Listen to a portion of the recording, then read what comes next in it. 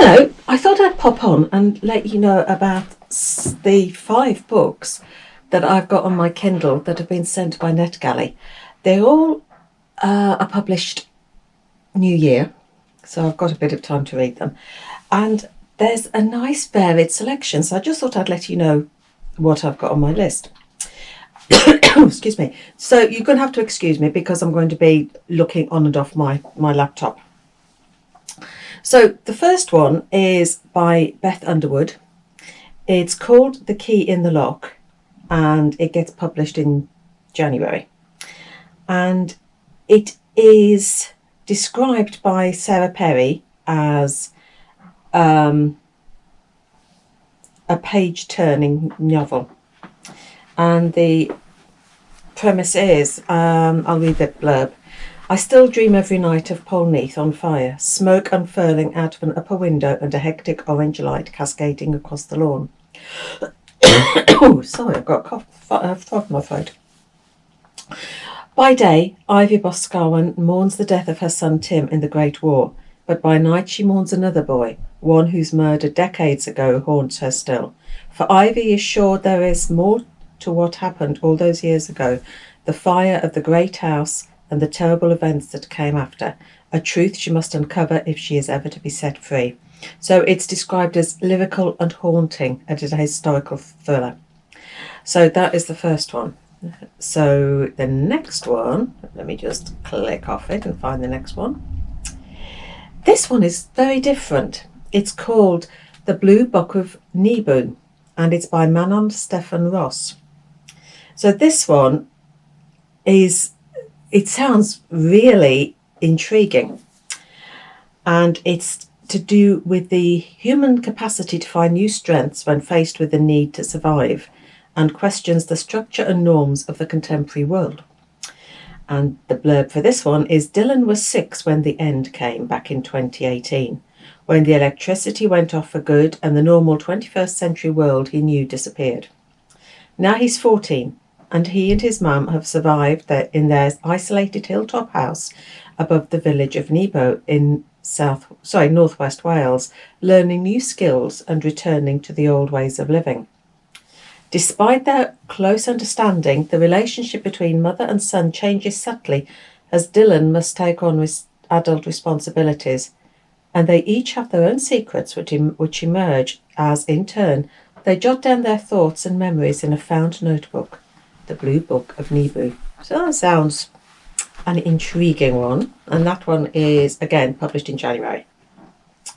So number 3, I'm going to have a really good reading session with these. Oh, this one is one I have already started reading, and it's Violetta by Isabel Allende. And I have started this one and I am enjoying it. When I've finished it, I'll come back on and let you know what I thought. One extraordinary woman, 100 years of history, one unforgettable story. Violetta comes into the world on a stormy day in 1920, the first daughter in a family of 5 boisterous sons. From the start, her life is marked by extraordinary events, from the ripples of the Great War that are still being felt, even as the Spanish flu arrives on the shore of her South American homeland, almost at the moment of her birth. Through her father's presence, the family will come through that crisis unscathed, only to face a new one as the Great Depression transforms the genteel city life she has known. Her family loses all and is forced to retreat to a wild and beautiful but remote part of the country. There she will come of age, and her first suitor will come calling. In a letter to someone she loves above all others, Violetta recounts devastating heartbreak and passionate affairs, times of both of poverty and wealth, terrible loss and immense joy, and a life shaped by some of the most important events of history, the fight for women's rights, the rise and fall of tyrants, and ultimately, not one but 2 pandemics. Through the eyes of a woman whose unforgettable passion, determination, and sense of humour will carry her through a lifetime of upheaval, Isabel Allende once more brings us an epic that is both fiercely inspiring and deeply emotional. And I'm partway through that, I'm about halfway through it, and I am really enjoying that one. Number 4 is, The Twyford Code by Janice Hallett. Now, this, I haven't read The Appeal, And I really must read The Appeal because it's on my radar. I've still not got round to buying it. But this is her second novel. And it is, let me see, described as Enid Blyton meets Agatha Christie. Right, it's time to solve the murder of the century. 40 years ago, Stephen Smith found a copy of her famous children's book by disgraced author Edith Twyford, its margins full of strange markings and annotations. Wanting to know more, he took it to his English teacher, Miss Isles, not realising the chain of events that he was setting in motion. Miss Isles became convinced that the book was the key to solving a puzzle and that a message in secret code ran through all of Twyford's novels. Then Miss Isles disappeared on a class field trip, and Stephen's memory won't allow him to remember what happened. Now, out of prison after a long stretch, Stephen decides to investigate the mystery that has haunted him for decades. Was Miss Isles murdered? Was she deluded? Or was she right about the code? And is it still in use today? So that sounds brilliant. But yeah, I need to read The Appeal as well. They're both standalones. So it doesn't matter that I've not read The Appeal to read this, I don't think. But I just want to read The Appeal anyway. So I've got to buy it at some point. And the final one of my Netgalley haul is, when it clicks on, this one sounds bizarre. It sounds really, really up my street. And it's called Reptile Memoirs. And I can't pronounce the name. I think it's Silje Ulstein, I think. And it's a cold-blooded thriller. Twisty and unusual, a literary thriller.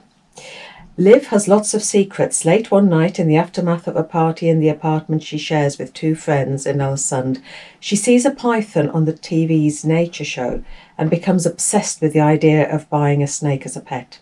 Soon, Nero, a baby Burmese python, becomes the apartment's fourth roommate. As Liv bonds with Nero, she is struck by a desire that surprises her with its intensity. Finally, she is safe. 13 years later, in the nearby town of Kristiansand, Miriam Lind goes on a shopping trip with her 11-year-old daughter Iben. Following an argument, Miriam storms off, expecting her young daughter to make her own way home, but she never does. Detective Ro Olsvik, new to the Kristiansand Police Department, is assigned to the case of Iben's disappearance. As he interrogates Miriam, he instantly suspects her. But there is more to this case and the characters than their outer appearances would suggest. A biting and constantly shifting tale of family secrets, rebirth, and the legacy of trauma.